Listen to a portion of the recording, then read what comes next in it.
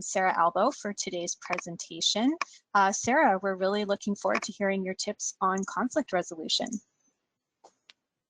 Thank you so much, Marina. Hi, everyone. Thank you so much for being with us here today. I'm thrilled to have the opportunity to speak with you about something that really means a lot to me. And I know how busy you all are, so I wanted to pack as much as I could into an hour. We're probably going to go over time. That's okay. Before we get started, a couple things I'd like to mention. First, I'd like to acknowledge the land I'm speaking to you from today is the traditional territory of many nations, including the Mississaugas of the Credit, the Anishinaabe, the Chippewa, the Haudenosaunee, and the Wendat peoples, and is now home to many diverse First Nations, Inuit, and Métis. I also acknowledge that Toronto, the city skyline displayed on the screen now, is covered by Treaty 13 with the Mississaugas of the Credit, and I thank them for the privilege of calling this my home. Second, I want to acknowledge that much of the research and writing that has been done on this topic and on psychology, which is where a lot of this work comes from, it's Western influenced and predominantly been studied, written, practiced by white males. So they're typically the voices that we're hearing and have been published. It's led to a lack of diversity in studies and not everyone being represented. So some of what I talk about here today may have origins long before it was published. I'll acknowledge the places where I've seen this work.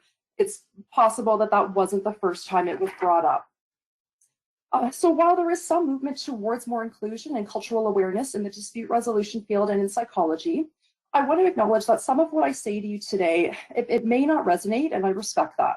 Feel free to take what's useful for you and leave the rest. I also want to acknowledge that power and privilege has a huge impact on how people deal with conflict. And because I'm presenting this from a Western perspective, it may not acknowledge the intersectionality that some of you out there have experienced or are experiencing currently. And for those of you that are struggling with conflict right now, I might make some of this sound easy today, and I get it that it's not. I know how challenging it is when you're in the situation, especially when we're talking about your work. It's not easy to just walk away from. My hope today is to give you some strategies that you can use, but just know that there is support available. And if you're struggling with conflict, or if you've tried some of these things before and they haven't worked, doesn't mean that you're bad at this. These can really be difficult. It's a practice I think we all struggle with to some extent, and I encourage you to keep trying. Lastly, just a point about the slides here. These will be sent out to you with the recording. That's going to have closed captioning on it as well if you prefer to read along. There's usually not too much writing on these slides. They're more just visual representations for what I'm talking about. I will try to state what those are if the content isn't in my text here. And I apologize, these slides are not printer friendly. They will take a lot of your ink. If you'd like a better version for print, just please reach out to me and I'll figure out how to do that for you. But there will be a transcript available for you after this. Okay, so let's get to it. I'm going to start today by talking about what conflict is not, and that's what's called bad behaviors, BAHD, bullying, abuse, harassment, and discrimination. These are unacceptable behaviors and not just in the workplace. And I'm not saying that you can't have a conversation about these, but just know that if you're experiencing this kind of behavior, there are supports available, hopefully through your own organization, potentially through a legal system. These are in contravention of human rights legislation. So these aren't situations where we're trying to brainstorm options creatively, like we're going to talk about today.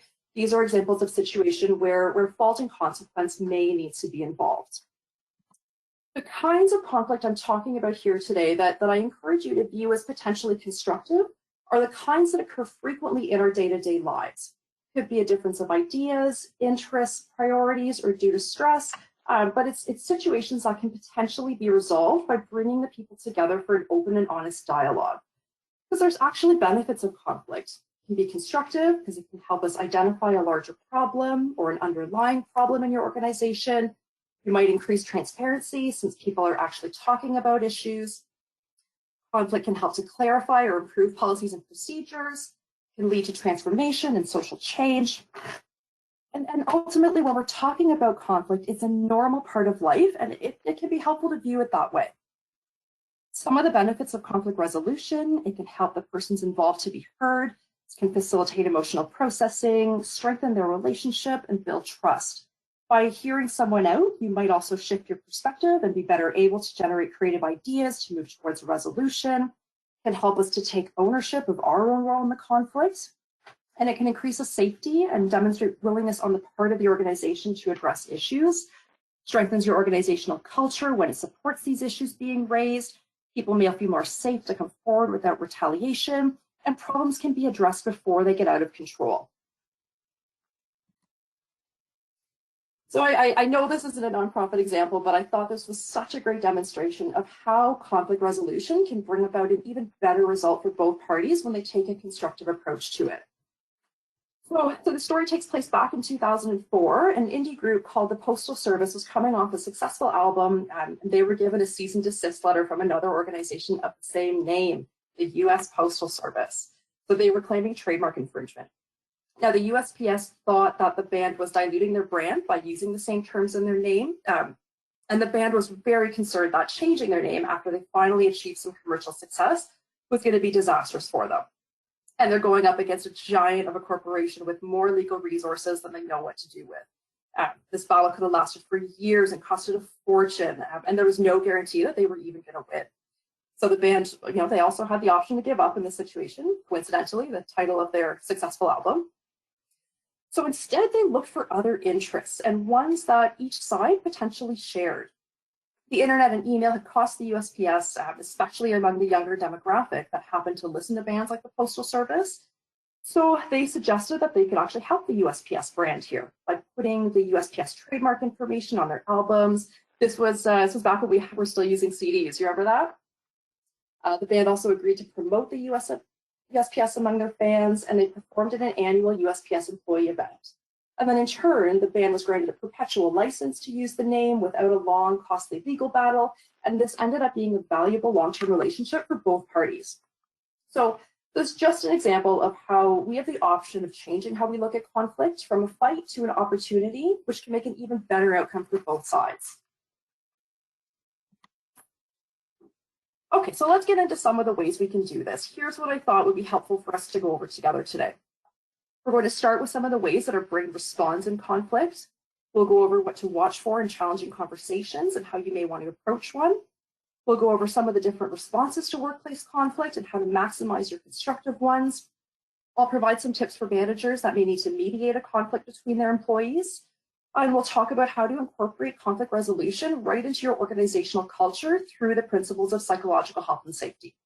And I'm hoping at the end we still have some time for questions. There's a little bit about me before we start. I've been in small and family-owned businesses for a very long time. I've participated in a number of volunteer organizations, and for the past few years, I've shifted my focus to alternative dispute resolution and psychological health and safety, because it's my sincere belief that interpersonal conflict is a major driver of poor mental health outcomes, and workplaces have the responsibility and the capability to not just mitigate these, but actively support their people, which in turn leads to better organizational performance. And so I started Novel HR to provide some of these supports through conflict coaching, mediation, and assessing and implementing psychological health and safety. These are all tools that I use to help organizations with their ability to deal with conflict. We spend so much time at work with people that have different personalities, working styles, communication styles, and different needs, goals, priorities, and life experiences. We're going to get into situations where we don't agree. So my goal is to help people have these difficult conversations so they can feel safe, work collaboratively, and be engaged in their organization. And I've been there. I know how awful it can be to have to deal with workplace conflict on a regular basis. For me, it got to a physical level. I had migraines, stomach pain, sleepless nights, stressing over either what happened that day or what was going to happen the next day, messed up my hormones. I used to have panic attacks, and I'd hide in the bathroom at work. It was awful, and I had no idea what to do about it, but just show up every day and do enough to get by. So I know how stressful this can be when it goes on for a long period of time and it feels like there's no hope. But what I've learned over the past couple of years is that there are options, there are strategies, and I'm going to share some of those with you here today. And if you don't hear anything in the presentation that works for you, obviously I can't cover everything about conflict resolution, but please feel free to reach out to me. We'll talk it through. We'll try to find you some support. So I'd like to start with a little bit of neuroscience, because I think it's important to understand what happens in our brain when we perceive we're in conflict and how this can impact our behavior. You might have heard of the term the amygdala hijack. That's a term coined by Daniel Goleman in his book on emotional intelligence back in the 90s. This is an evolutionary response that humans have used since the dawn of time.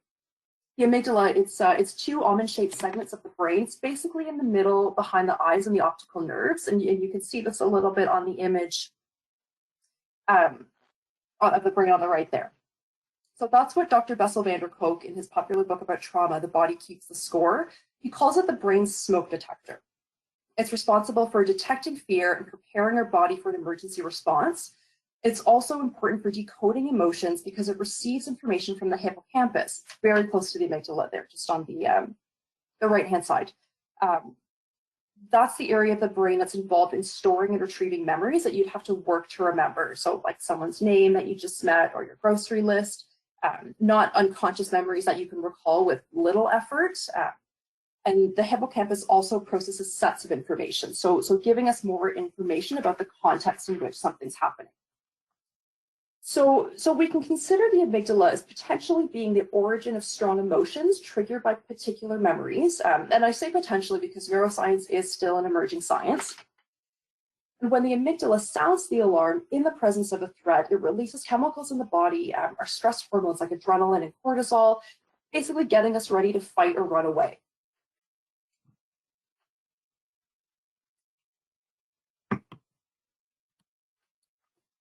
So this threat response system is highly tuned, and when it's set off in the presence of, let's say, a bear, like the one on the screen now, it's primed to deal with the situation in a way that gets us to safety. And the stress response, it's supposed to be really short-lived and turn off when the threat is no longer detected. And when that's the case, it could actually be beneficial. And so when we relate this to conflict resolution, it makes a case to not put off or avoid the conflict. This can cause even more stress, prolonged and building up, more than what is beneficial for us to be able to handle in the situation. So emotions are a cause and driver of conflict, and this is one reason the amygdala is so highly activated. While we may not, it's still activating a system that's designed to protect us from danger. So why is this what's activated when there's no bear in sight, but we may have to face a difficult conversation? It's because what it's detecting is those emotional stressors. So things that could cause you to feel scared, sad, or frustrated. So I'm not calling them negative emotions, but they can be more challenging to deal with. And so the stress response, that's the fight, flight, freeze, or please reactions. That's how the brain tries to protect us from these challenging emotions. On the screen right now, you'll see a quote from Paul Ekman, who's published a number of works on emotions. And it reads, emotions change how we see the world and how we interpret the actions of others. And we'll talk more about that in the upcoming sections. So ultimately, what we want to do is get the prefrontal cortex involved in a way that turns off this alarm system. So this is the part of the brain, it's a big part at the front involved with thinking, planning, and our choice of response. So this way we can get to a place of creativity, option generation, and ultimately resolving the conflict. So the prefrontal cortex can be considered the control center of our brain. That's the one we want running the show. So we can do this in a few ways, like with our adorable stuffed bear on the screen. Mainly, we're looking to get to a more calm place where we're better able to respond rather than react. So this might look like taking a minute to yourself for some calming breaths. Your nervous system has been activated in a way that speeds up your heart rate and your breathing becomes shorter, more rapid. All things are happening to get you ready to sprint if you need to. But that's not the response we want to take here. We want to calm the nervous system, and we can do this by slowing the breath. So we can also try releasing tension in the body. So have you ever seen a dog shake? That's exactly what they're doing. It's not just about shaking off the water, like you could see our puppy friend here in the photo doing. It's a release of tension in the body. You know what? We can try this right now. If you have the capacity to move, you'd like to try this, you can do this sitting. If you have a little space around you for your arms to move, feel free to stand up if you're able and want to try that way. Just shake your arms, twist a little, nod your head back and forth, and roll your shoulders. Whatever movement is accessible to you and feels good to release some tension. Taking a deep breath and releasing it feels okay, you can try that too. Okay. I did this several times before starting this presentation. I was so nervous, and I appreciate having a moment to do it now too. So a couple other things you can try Reaching out for social support, whether that's a friend, a family member, a coworker you trust. Your organization has an EAP you can call. That's an employee assistance program, like a hotline. You might talk about it to your mental health service provider, like a therapist, psychologist, or coach. It might even look like calling a local crisis line if you need on-call support. Here in Toronto, that's 416-408-HELP. If it's available to you, you can Google your city or region and the words crisis line. There's also a list on our website as well under the resources section. If you want something that doesn't involve speaking, you could try journaling or writing out some of what you're experiencing. You could write out a couple lines of what you want to say to the other person. You might have a mindfulness practice. Ultimately, you're trying to get to a place of getting unstuck and out of the very narrow focus that the amygdala has us in, where we're looking for safety in what's not likely to be accurate. So I know I'm making this sound fairly simple and easy right now. It is a practice, and once you have some of these tools that you've tried, you can start to rely on them in situations where you feel you need them. Within the conversation, if you feel like it's safe to do so and you have the capacity to do so, naming the emotion can go a long way to not only help you move through it, but also provide clarity to the other person about what you're going through. To help the other person calm their nervous system, you can model some of these calm behaviors, make eye contact if that's appropriate, and use open body language, speak slowly and calmly, and you can ask questions. Those also help to bring the prefrontal cortex into action as well. You can offer them space if you think that's helpful. I just wouldn't tell them to calm down or take a few minutes. I'm going to come back to that point a little bit later on, but one more thing I'd like for us to keep in mind is that, with the amount of stress that we've gone through over the past year, the uncertainty, the limitations, and potentially more serious consequences for some of you, I want to acknowledge that our stress systems are already in a more highly activated and sensitive state than they normally would be. This affects some of our reactions to conflict, and it might make it more difficult for us to handle. We may have less capacity to try to regulate our nervous system in a way that supports having some of these difficult conversations. So please have patience and compassion for yourself and others when you're dealing with this. So aside from our brain chemistry and reactions, there are challenges that come up in our conversations that can be what moves them from just everyday conversations to difficult ones. Part of this comes from the fact that we really only know what's going on in our head, and I mean, even sometimes that's cloudy for us. These kinds of challenges, they might come up because we need to confront someone about a hurtful or disrespectful behavior. It might be difficult to tell someone what our needs are. Might be disagreeing with a popular opinion and having to speak up. Might be when an apology is necessary, or also known as admitting we were wrong.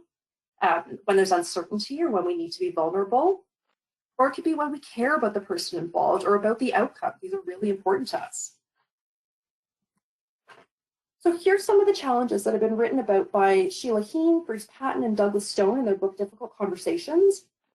They've grouped these challenges into what actually happened when our identity or our values are being called into question, the emotions that might arise. When we're talking about what actually happened, it's that each party in a conflict is going to have their own version of events. We see this through our history, our biases, and our values. In this challenge, we can get caught up in who's right, who's wrong, and concepts like blame and fault. And it's not to say that these are never useful. They come up in a legal context, but they can get in the way of making the conflict constructive if we really get stuck on them. So here we need to stay curious about the other perspective and keep in mind that if we want the conversation to stay constructive, we need to be in an us versus the problem mindset rather than a me versus you mindset. It can also be helpful to recognize that we may not get to a place of seeing things the same way. Can we accept this and focus on what we need to move forward? If you're finding you're really stuck on this or the other person is, I would look at why that might be the case. What's important to you to either have your version validated and theirs not. So next, conflict tends to bring out our identity and values being called into question.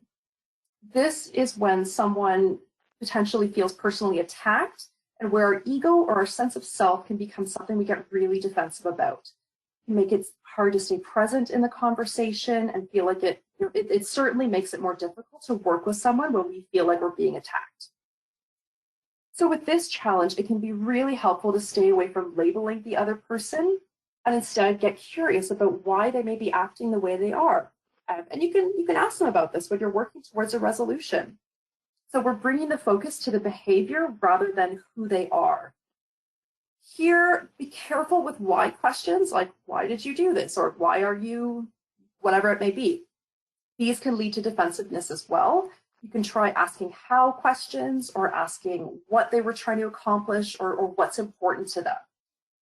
This is especially helpful in performance reviews or giving feedback. We're trying to focus on the behavior that's the problem.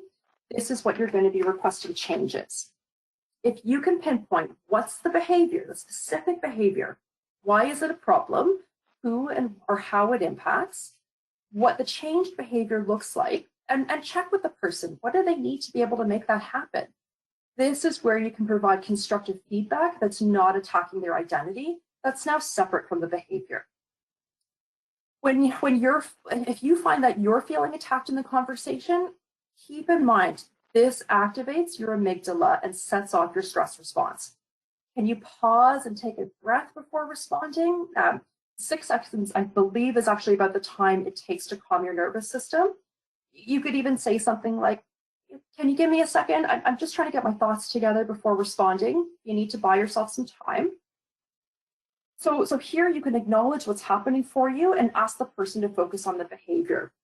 Might sound like, I really want to understand what's frustrating for you, but I'm having a hard time hearing that because it feels like you're attacking my personality when you say, for example, I should have known better than doing it this way.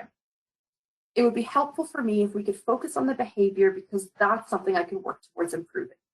So I know these scripts can sound a little cheesy, but it can be helpful to have a bit of a framework to operate with. So here we've got a validation to start, and then an acknowledgement of what's happening for us, a request to get a need met, and then the impact of what meeting that need would look like. We may not always get that need met, but at least we've got some clarity on it and we've made an attempt to express it. And what about if you don't really know what it is that's bothering you, but just you know it's something? It can be really helpful to identify your values. This way you can anticipate where and how something's going to bother you. And your values or things that you really like about yourself, those can actually also be an emotional trigger. So let's try something here together and identify what's something you really like about yourself. Take a second to think about that. I'm going to grab a quick sip of water while you do that. Can you remember a time when someone didn't do something with that value or acted in an opposite way that really bothered you? So one of mine is enthusiasm. I'm pretty enthusiastic about everything, and when someone is not enthusiastic, it either really bothers me or I can feel really rejected. Like I'll take it personally that someone isn't as interested in something as I am. So that's a reaction that I have to watch myself for. Okay, and then the third one in this group, we talked about emotions a little earlier. As much as this gets its own category, emotions are just such a big part of conflict that they're going to show up with all of these. I'm going to speak more about expressing versus hiding emotions and specifically anger when we get to the behavior section. But for now, I'll just say that addressing the emotional component of conflict can really help to de-escalate it. If you talk about what you're experiencing, you're more likely to be able to move through it and be able to get to a place where you can move to more problem solving. Sometimes identifying the emotion can be challenging. We don't always have the words for this. One resource I found really helpful comes from Nonviolent Communication. I've linked this resource at the end of the presentation. But they have a few pages of words that you can use to express your experience when your needs are being met and when they're not being met. And notice again, I'm not calling them positive or negative emotions. All emotions have value and a purpose. They provide us with information. And with this resource, I do want to acknowledge that these lists, I believe they're only on the website in English, and I know there's not always a translation to other languages. And the other thing to keep in mind here with emotions is that if you're usually holding them in, this may only work for so long, and eventually there's a chance they're going to come out, and it may not be in the way that you want them to. So my friends over at Stitfeld Handy, it's a training center here in Toronto, in one of their courses, they've added 3 more challenges to this list. We've got our assumptions and expectations, what lies beneath, the gap between what you're saying and what you're really thinking or what the conflict is actually about, and process issues can be a challenge. So we all make assumptions. This speeds up our decision making, and sometimes we need that, but we can get into trouble with these where we don't know what's going on in someone's head, so we attach our own meaning. So again, can we be curious here with the other person and check out our assumptions by asking questions or simply park them until you have more information? We've talked about why questions. This is another spot to be careful with them to avoid defensiveness. This could also look like assuming the worst or catastrophizing, worrying about the worst case scenario or blowing things out of proportion. And we also all have expectations. We all have needs that we want to get met. We don't always want to be explicit about them, or we may not realize that we need to be more clear about them. Next, what lies beneath is really about the conflict that's under the surface of what's currently being argued about. This can be where the conflict seems disproportionate to the issue, or there's a lot of emotions coming up that don't seem to be related to the conflict. Just a simple example, the argument is over who didn't take the garbage out, but that's actually just an entry point to the real conflict that's been building up for a long time. Someone feels like they're doing way too much and that it's unfair. Instead of saying that directly, it may come out as more of an attack than a request for some help. And whether or not you're able to express your needs, that can be based on safety, power dynamics, past experience.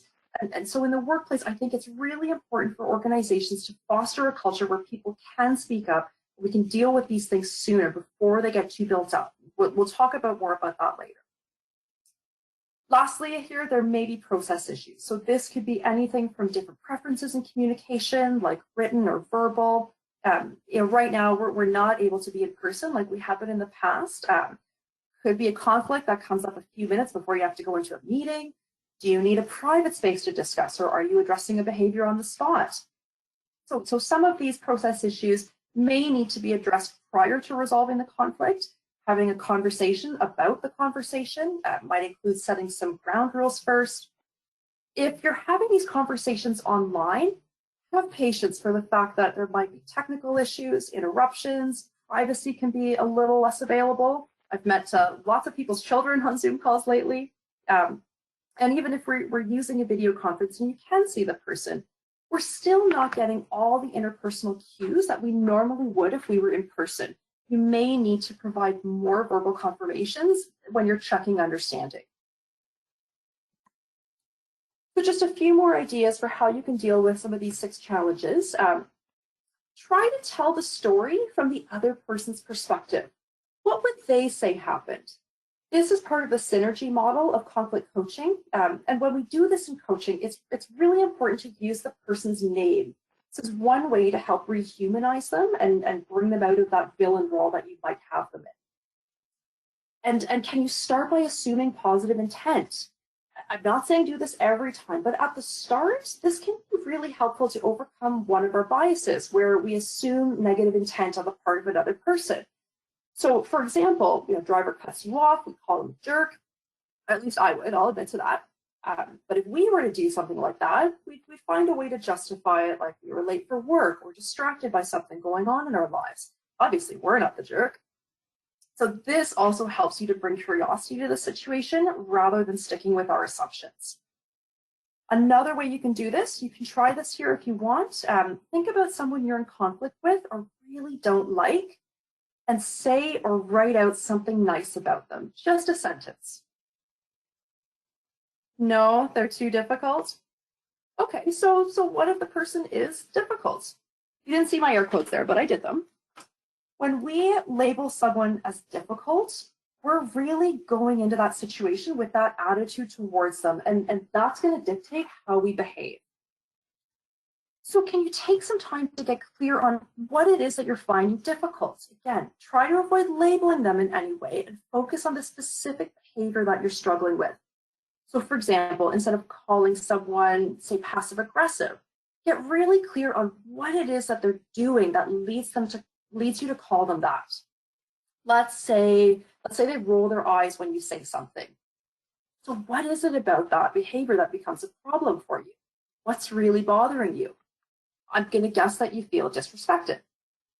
So can you try to give them some curiosity, like our kitten on screen here looking at the window.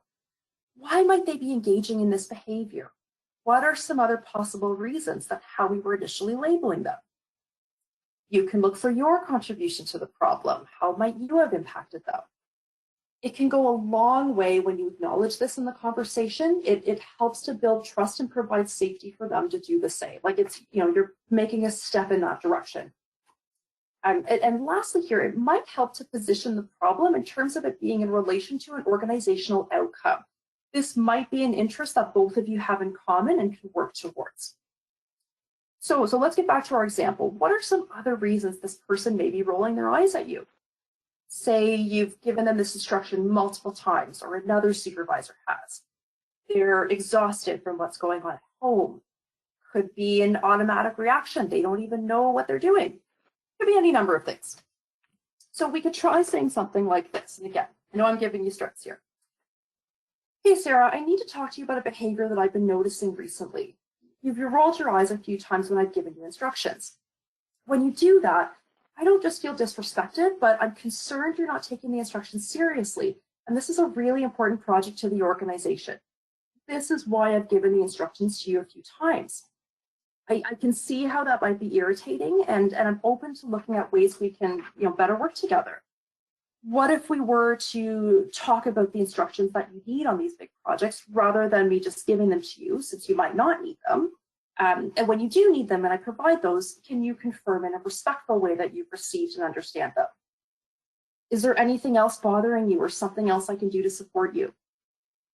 So just an option. All the scripts I'm giving you here today are just suggestions.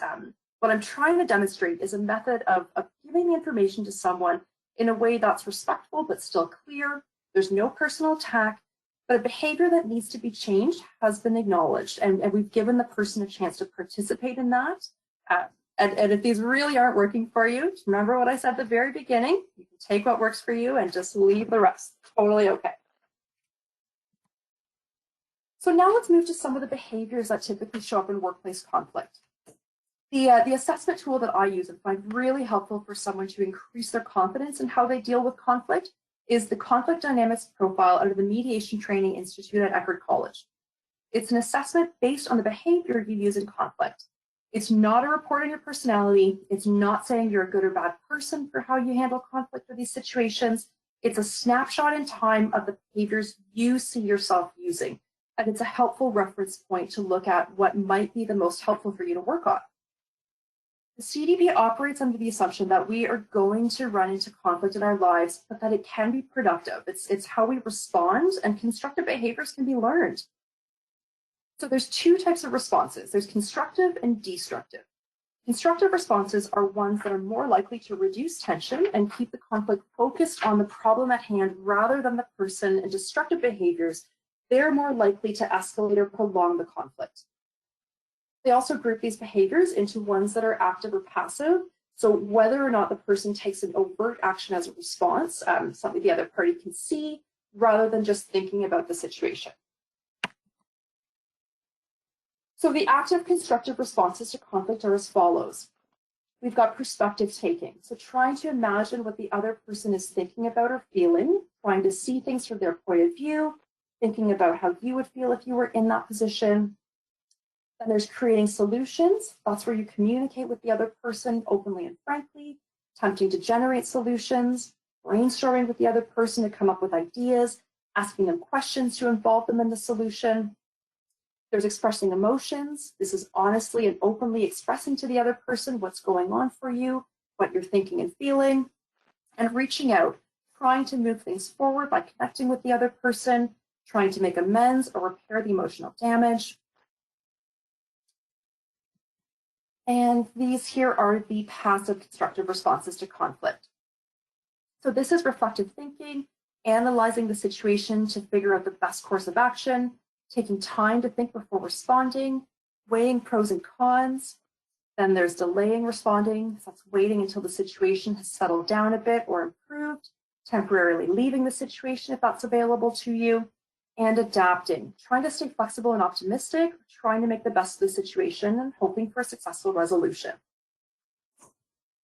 So can we do a quick poll on this? What do you think? what are the responses that you use the most? It's likely that you're using more than one of these, but go ahead and pick the one that you see yourself using the most. I think Marina's going to pop that up on the screen now. So we can only put 5 options in the poll, so I did have to remove a couple of the responses.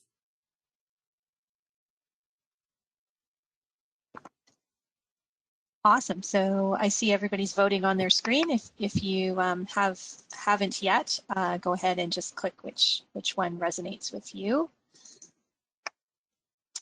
Awesome. Okay, Sarah, I'm going to close this poll and share the results with everyone. Perfect. And I may actually need you to call them out, or just call out the number 1 as well, Marina, because I can't see it on my screen. Absolutely. Yeah. So the number 1 at 36% is reflective thinking. Oh. Yeah. Second to that at 22%, creating solutions, 20% perspective taking, 13% expressing emotions, and 8% reaching out. Oh, that's so interesting. Thank you, everyone, for sharing your responses there.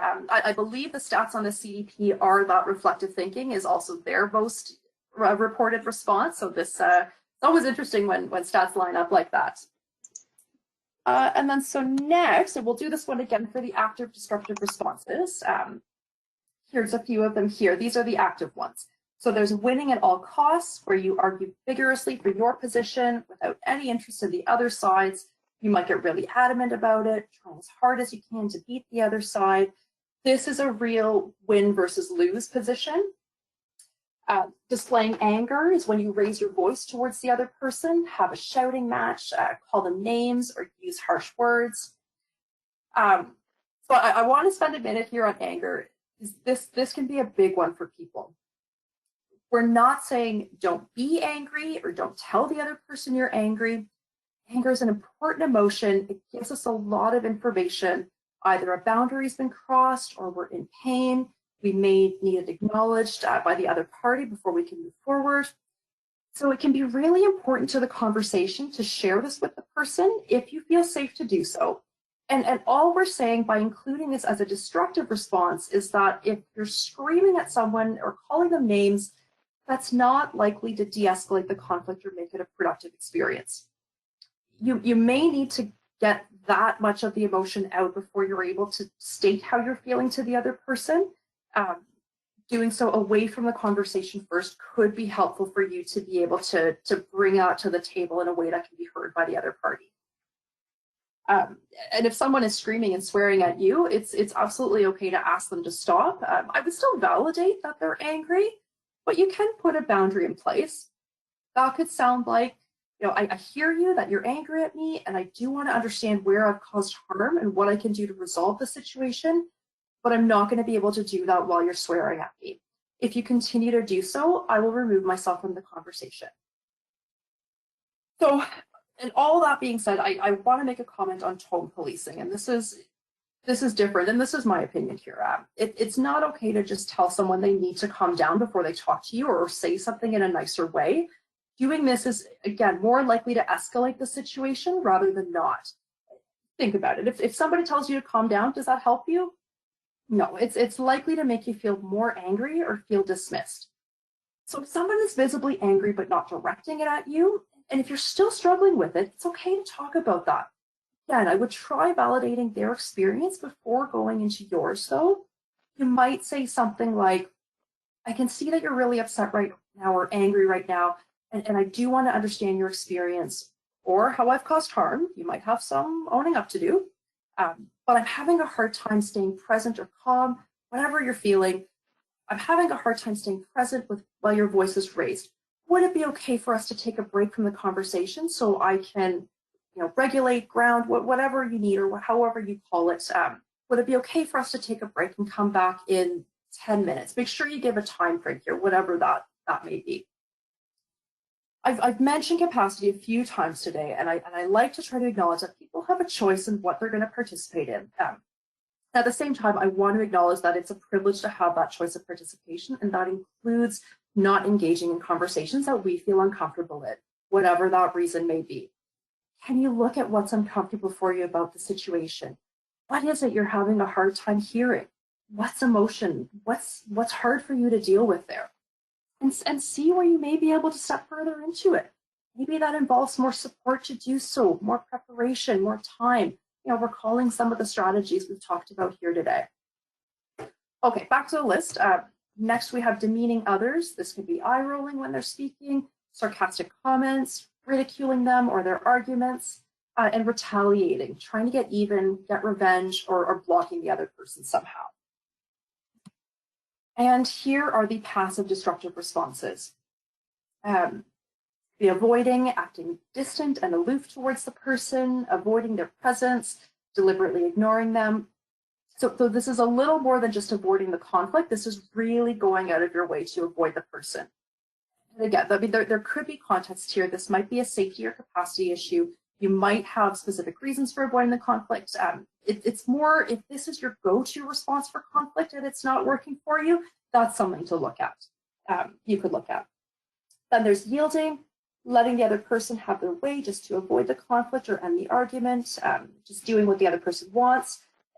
There is going to be some need to compromise in conflict, but this is closer to just giving up on it altogether.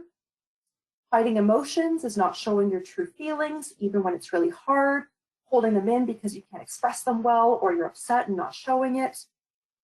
Self-criticizing, this is where you replay the conflict over and over in your head later on, thinking about things you wish you'd said or done, being really critical of the way you handle things, or just not being able to get it out of your head. So let's do another poll here. Let's do it for the destructive responses this time. Which one do you think you use the most? And again, I had to take a couple off this list, and I took self-criticizing off. That's the one that's most often used by the respondents to the CDP assessment. So I'm interested to see what comes up here, Marina. Wonderful. So yes, everyone, if you could please go ahead and take a second to vote on your screen once again.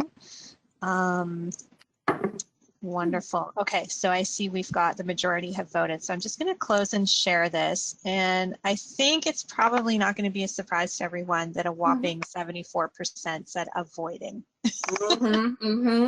Yes, again, thank you so much for sharing those. Marina had sent me an article on conflict not too long ago.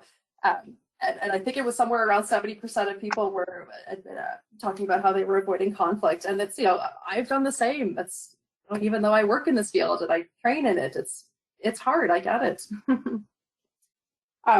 how do you know what your responses are? I mean, it's, you know, we've just talked about that a bit here, but first off, I want to remind you, no matter how bad you think you are at conflict, there's likely something you're doing that's constructive. That gives us something to build on. You may be using a combination of these strategies. Even if you find you're using destructive responses, that's totally normal. It's not a judgment. It's information about your behavior that you can use to change it. Remember how we said earlier to focus on the behavior? This is a great example of how we can do that ourselves. So the first thing I would encourage you to do is try to spot which of these you use. Look at if there's particular times when you're using these behaviors, or if you don't use them. Under what circumstances do you typically use a constructive or destructive response, or even an active or passive response for that matter? You look for the patterns in the ways that you respond. So the CDP also has a section that goes over what they call your hot buttons. So these are people's workplace behaviors or situations that you find frustrating or hard to deal with.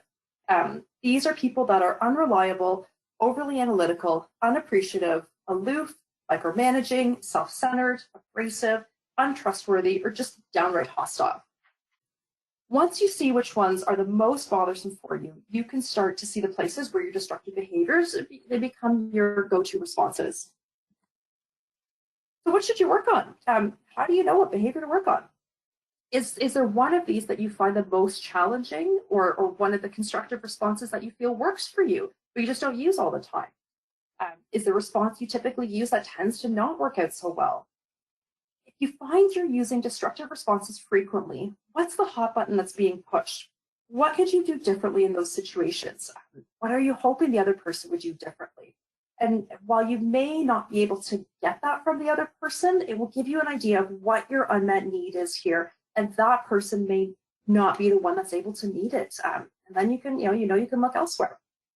I'll give you an example of mine since I've done this assessment and I found it really helpful. One of my hot buttons in the workplace is someone who is micromanaging, and one of my destructive behaviors is avoiding. So this is not helpful in the situation because a micromanager, they're looking for information, among other things, like probably control.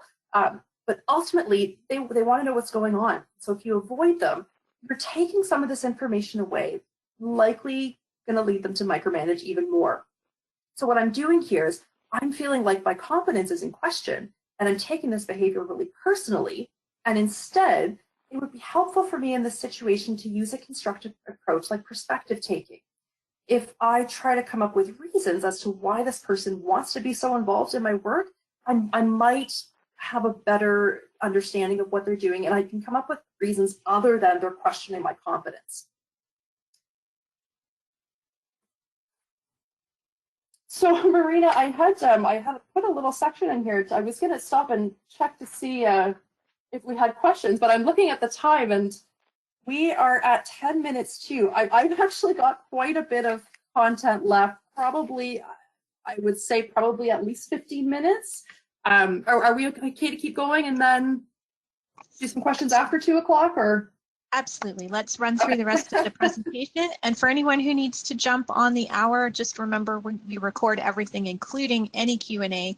So you'll get the full recording afterwards that you can go back to if you do need to hop off right on the hour. Great. Perfect. Okay, so let's move then. I'm going to move to mediation skills here. I'm guessing there are some managers out there who have some employees that are in conflict and they need to deal with the situation. One of my mediation instructors made a comment, that's the quote on the screen here.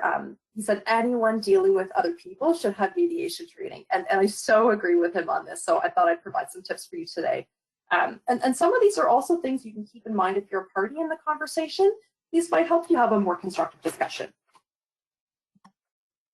So what exactly does a mediator do? A mediator, it's different than a lawyer, although a lawyer can be a mediator, and some mediators are lawyers. Their role is to facilitate a conversation between the parties. They'll be listening to each side, asking questions to help them better understand each other. They're less so looking for details and facts in the sense of them being evidence, because they're not there to find fault or make a decision for the parties. They're helping them move forward with a resolution that works for them because it's of their creation.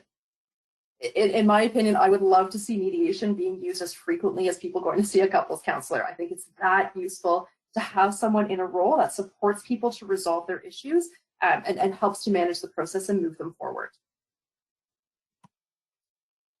So there's a set of steps that we typically follow in the mediation process. We start by, it's called setting the table. It's having a conversation about the conversation.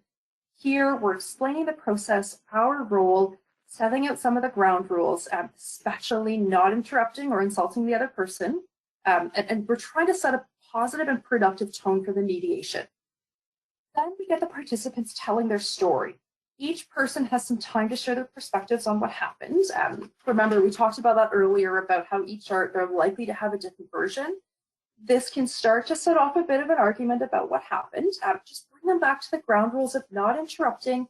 Remind them that they'll also have a chance to share their perspective. You might want to ask for clarification on something that was said here, but it can be really helpful to just let each side get it out first before starting more of a discussion. And again, it's less so about what happened in the past and trying to get the facts there. Yes, you're going to be going over some of that, but the focus is really on what they need to move forward. If someone is really stuck on what happened in the past, I would acknowledge that and check in with them about what are they hoping to get out of the mediation? What are they hoping for in terms of a resolution? What happens if they don't come to a resolution? These are questions that can bring them back to the present and the future. And this is a conversation you may want to have with them privately, not when everybody is all together. Once we start getting into more of that discussion, this is where we're trying to find each side's interests, the needs that they're trying to get met. So they may be coming in with a position. That's what they're coming to the table with. It's helpful to understand why that position is important to them, because you may need to find another way to meet their needs. I'll give you a pretty extreme example here. Say an employee wants someone else fired. It would be important to find out why they don't want them working there anymore. What would that do for them if they were not in the organization? Looking for some different reasons, like do they want the person punished for something? Is there an issue with working for them? Do they want to see that the organization is taking their complaints seriously and doing something about it? Once you have an idea of what would help the parties move forward, next we go over the issues. These are things that are getting in the way of the parties being able to do so. And there might be a few issues that you need to deal with. Then we get to brainstorming options. Once we've gotten to this point, we're trying to figure out what some of the things are that will satisfy the interests of both sides. So questions would look like, how can this person, for example, how can this person manage their employees effectively and ensure everyone is treated respectfully? So we're involving both parties in the options that come up. And it's helpful to point out during this phase that we're just suggesting ideas. Nothing's being committed to. It's helpful if we don't criticize them so people feel free to share their ideas. We would usually actually put something up on something everyone in the room can see if that's available to you. And being in a management position in the situation, you might provide a little more guidance on specific things if they involve an organizational policy or other employees. But for the most part, you want the solution to come from the parties so that they are invested in it and satisfied with it. The resolution wasn't imposed on them. They created it, and therefore they have ownership of it, and they're more likely to stick with it. And then there's closure. Here, we confirm what was agreed to, make sure it's something that both sides can work with and has the potential to be a lasting solution. You can also do trial resolutions, like let's try this for 3 months and then revisit it to see how it's worked. Now, when situations are particularly contentious or if there's safety considerations, a mediator might keep the parties separate and go back and forth with messages. That's called a shuttle mediation. It might be a really helpful first step. I would say for people that need to work together in the future, it's likely to be more effective if they're in the same room talking to each other with a facilitator. And so what changes when you do this online? If you have to mediate an employee dispute online, you can still do this via video conference. Most mediators did switch over to this as soon as COVID hit last year. I would suggest checking in with each party separately before bringing them together. You can do this via breakout rooms. So just not having people pop in the main room as soon as they log on. This gives you a little bit of time to control the process and just make sure that you can check the temperature and set a positive tone for the meeting as you're getting started. You might also need more breaks here. I don't think this is news to anyone that Zoom fatigue is real. You want to make sure that everyone's able to participate fully. So to check in with them, let people take short breaks away from the computer when they need them. And when should you involve an outside professional? How do you know when to step in into an employee dispute? So how bad is the situation? Has this been going on for a long time? Is it affecting other staff in the organization?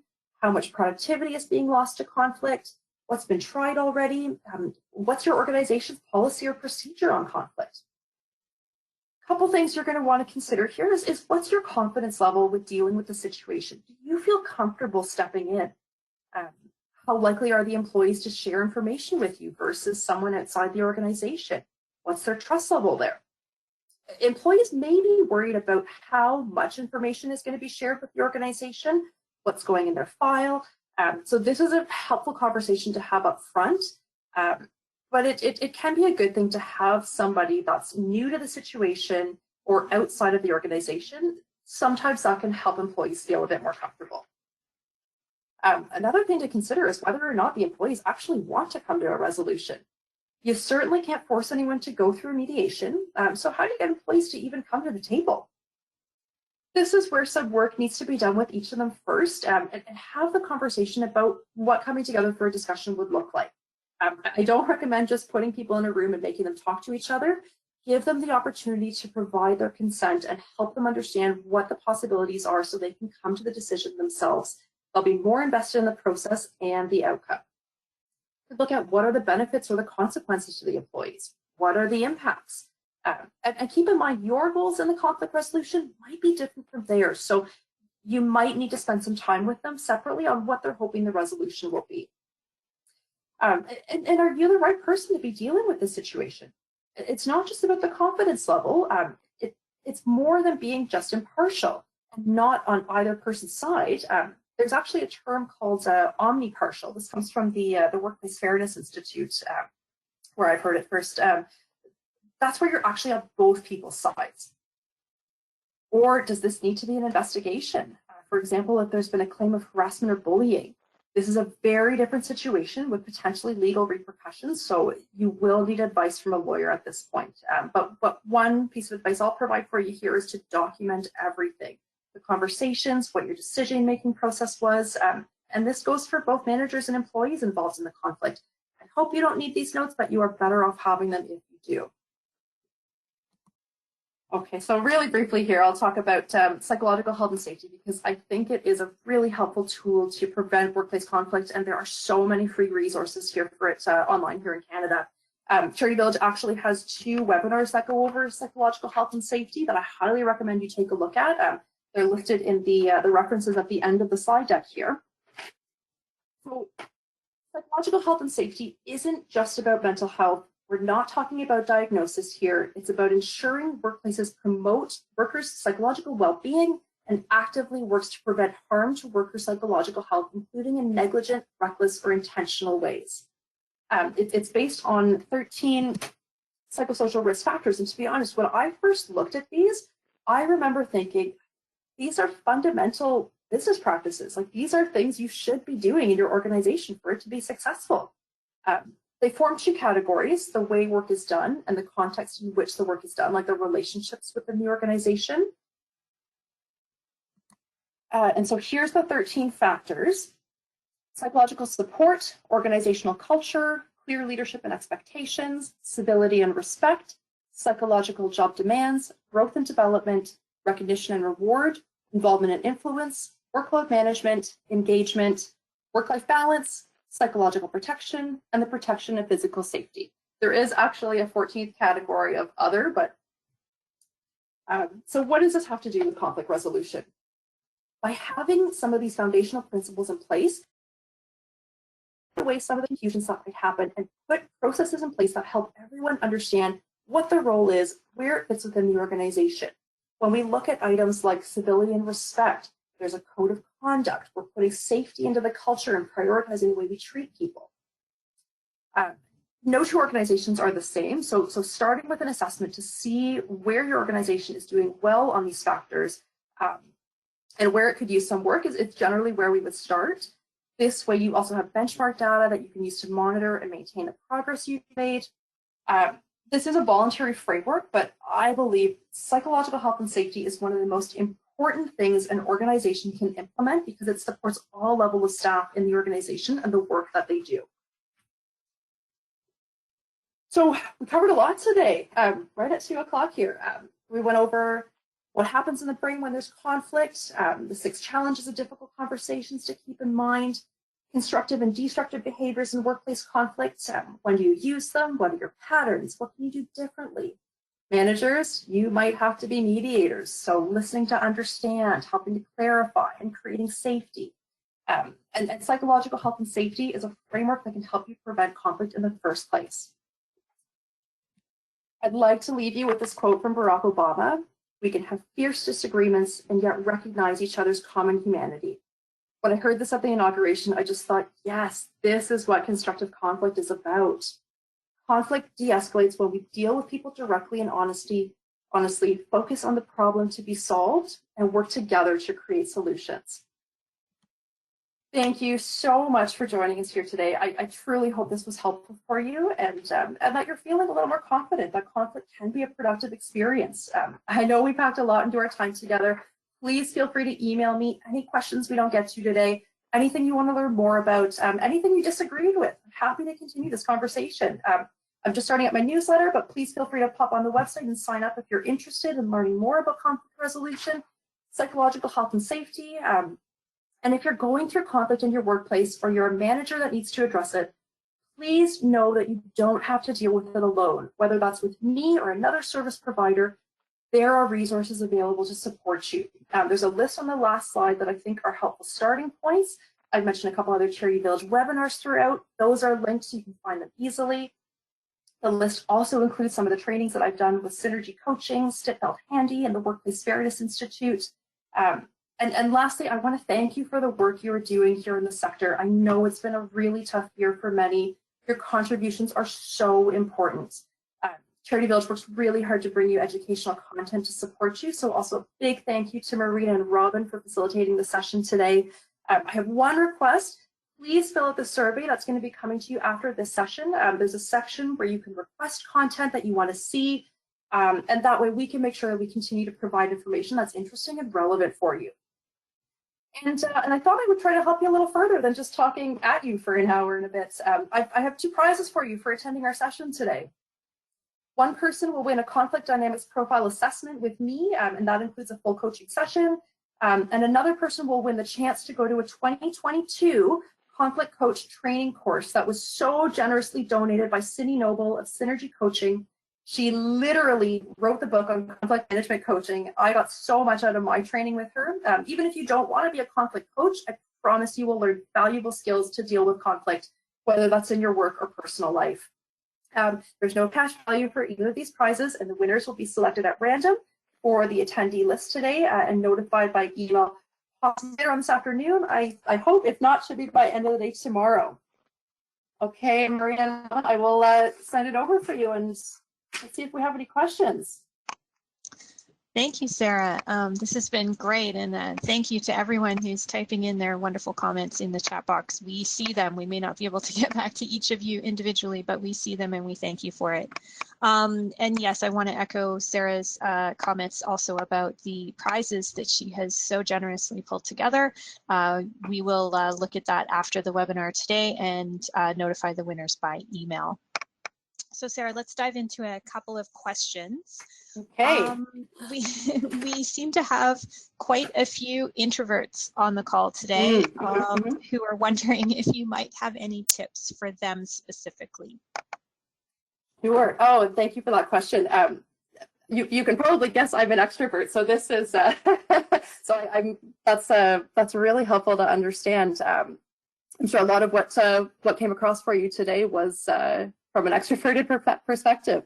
So let me think about this for a second. As an introvert, you know, again, I think, you know, find the way, like, how would you normally communicate something with someone else? You know, if that's, I mean, if you feel more comfortable emailing something, do you feel more comfortable having a lot of preparation? You know, the fundamental thing that I think is so helpful to focus on is the behavior part of it. But again, it's how you express that to someone else. Oh, that's such a great question. You know, I am going to think a lot harder on this one. That's actually a really tough question for me to answer because it's not a perspective that I'm coming from. So I apologize. I'm probably not giving you the answer that you're looking for here, but I will do some research and try to put some content together for that for you. Oh, that's great, Sarah. I actually didn't know you're an extrovert. So there you go. We learn something new every day. And I'm sure, like you say, a lot of it comes down to the strategy or the theory is all there. It's depending on how you feel best about implementing it. So yeah, that's great. You mentioned email. I know there's a lot of dispute over whether you can actually manage conflict via email. But if you are needing to email someone in a bit of a difficult situation, do you have any tips for that? Yes, if you do need to use it by email, I mean, you may want to use email, like if you need to have, you know, an actual documentation or a record something. There's definitely times where it can be useful. I would do a couple things though. First of all, as you're drafting the email, do not have anybody's email address in the to field. Take it right out of there so you don't accidentally send anything before you want to do that. That was one tip I learned many years ago that has come in handy on more than one occasion. What I would do is type your email, read it out loud. This can be really helpful to just like help it flow a little bit better. And you might catch more of like just the way that you're wanting it to sound, you may catch more of that when you're speaking it. It doesn't have to be to another person, but I mean, that is something you may want to do. Like if you're worried about how you're coming across, you may want to just run it by somebody else first, you know, depending on the confidentiality level, obviously, but just, you know, look at what are some of the potential messages that somebody would get from this email. Trying to think through what some of those outcomes might be. How is the person potentially going to interpret it, and how do you want them? Like, what are you trying to get across? Actually, one of the things that that can be helpful, and actually this might be a little bit helpful for the introvert question there as well.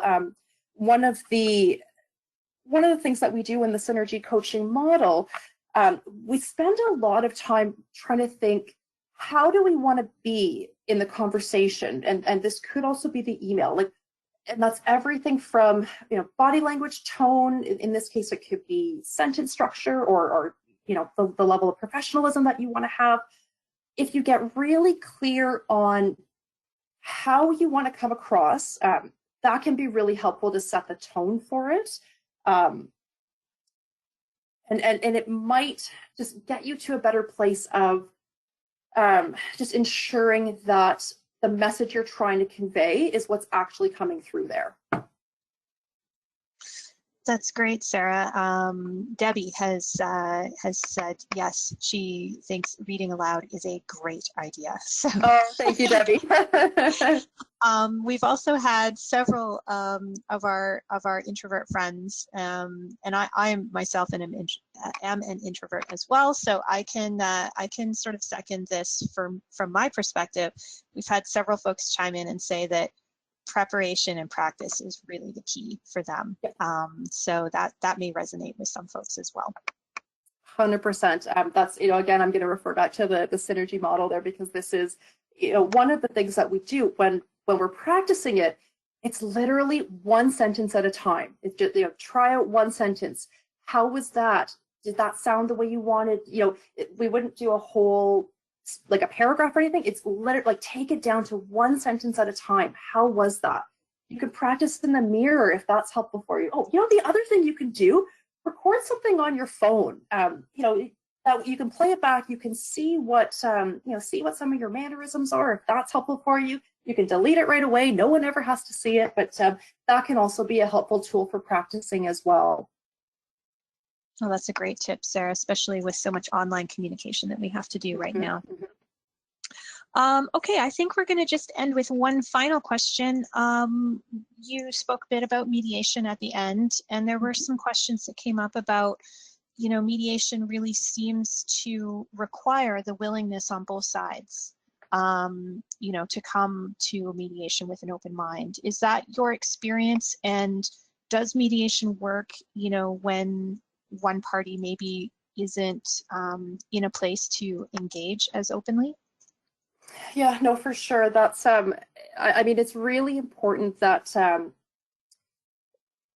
mean, I'm not saying, you know, I'm an enthusiastic person. I'm not saying that people have to be enthusiastic about this or anything, but they certainly have to be willing. And again, it comes back to, you know, what's the goal of what you're trying to accomplish?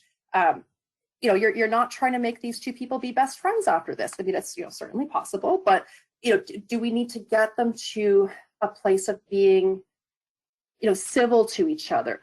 What, you know, what are the ultimate goals? Where does that fit with what their goals are? Oh, I had a thought and I just lost it. I was going to say about this, but oh, let me think for a second.